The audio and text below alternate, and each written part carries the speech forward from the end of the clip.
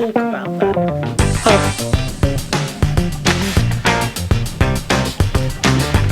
It's dark down here. It's quite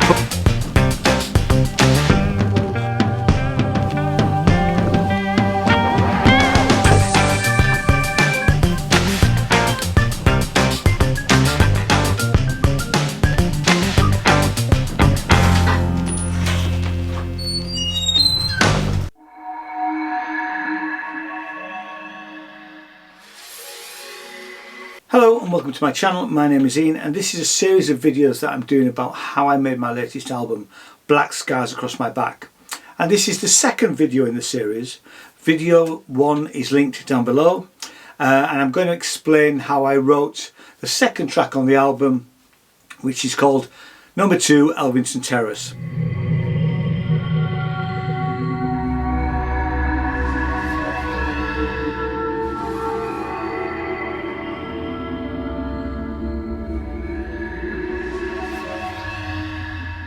So, as I explained in video 1, Black Scars is all about a young man called John Copley, who was my uncle, and he sadly died while working down a Doncaster coal mine at the end of World War II.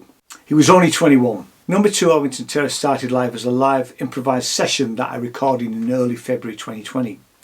I posted this composition on YouTube on the 30th of March.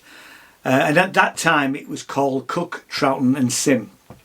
The whole thing is nearly 60 minutes long and I'll link to it in the description if you want to have a listen to it. But let's listen to a couple of minutes so that we can put it in context.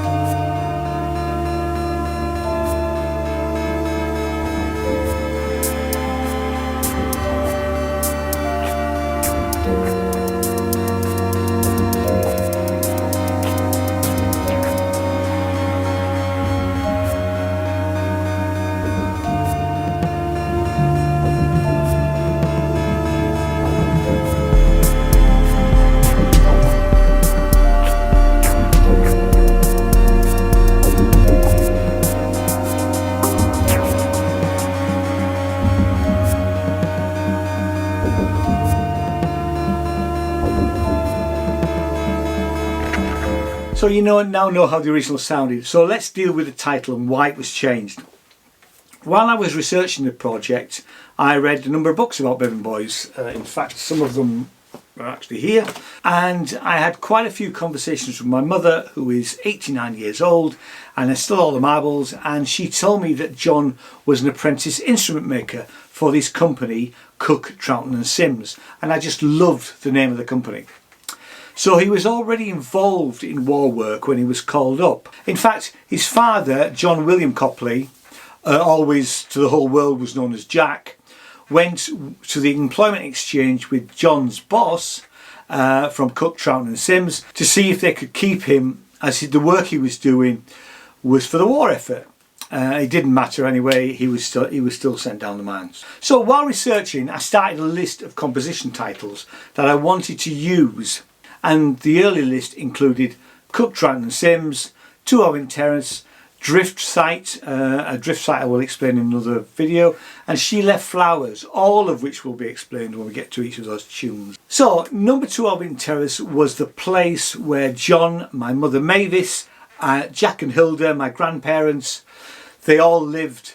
It was a rented 2 up 2 down terrace house with a yard at the back and an outside toilet. Everyone lived in the scullery, which was just off a tiny kitchen, and the front room, known as the best room, was never really used except at Christmas.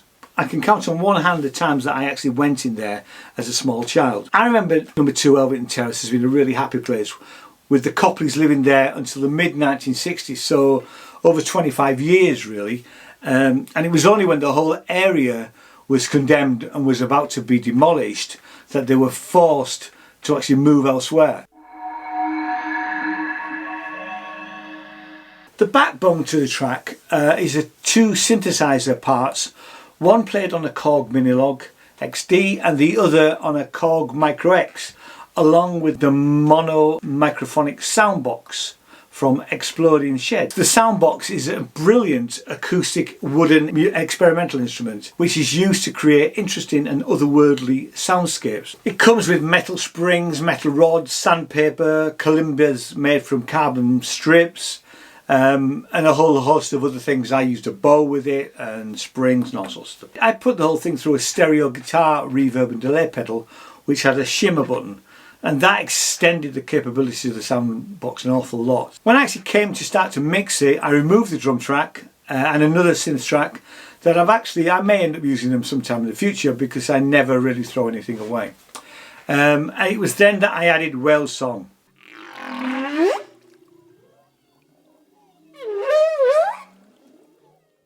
Yes, I added Whale Song.